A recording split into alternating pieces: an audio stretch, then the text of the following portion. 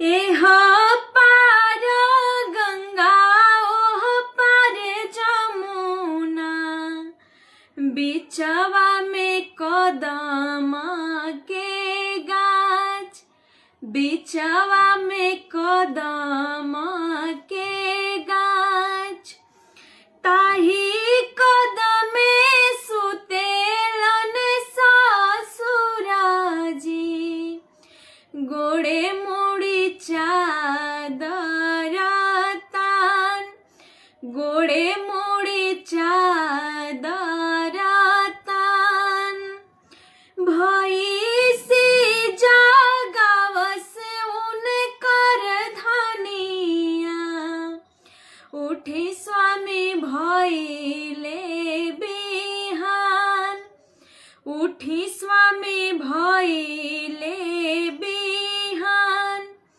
उठी स्वामी दुही धेनु गैया, भइले अरघिया के बेर, भइले अरघिया के बेर। ताही कदमे सुतेलन भसुराजी,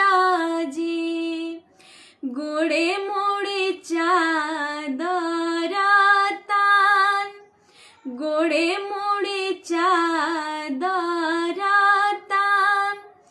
ताही कदमे सुतेलन देवराजी, गोड़े मुड़ी चादर तान।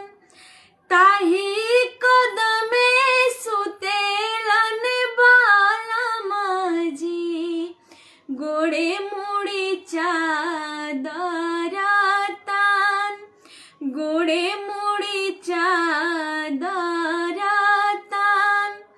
भइसी जागावस उनकर धनिया, उठी स्वामी भइले बिहान, उठी स्वामी भइले बिहान। उठी स्वामी दुही धेनु गैया, भइले अरघिया के बेर, भइले अरघिया के बेर। एह पार गंगा ओह पार जमुना, बिचवा में कदम के गाछ, बिचवा में कदम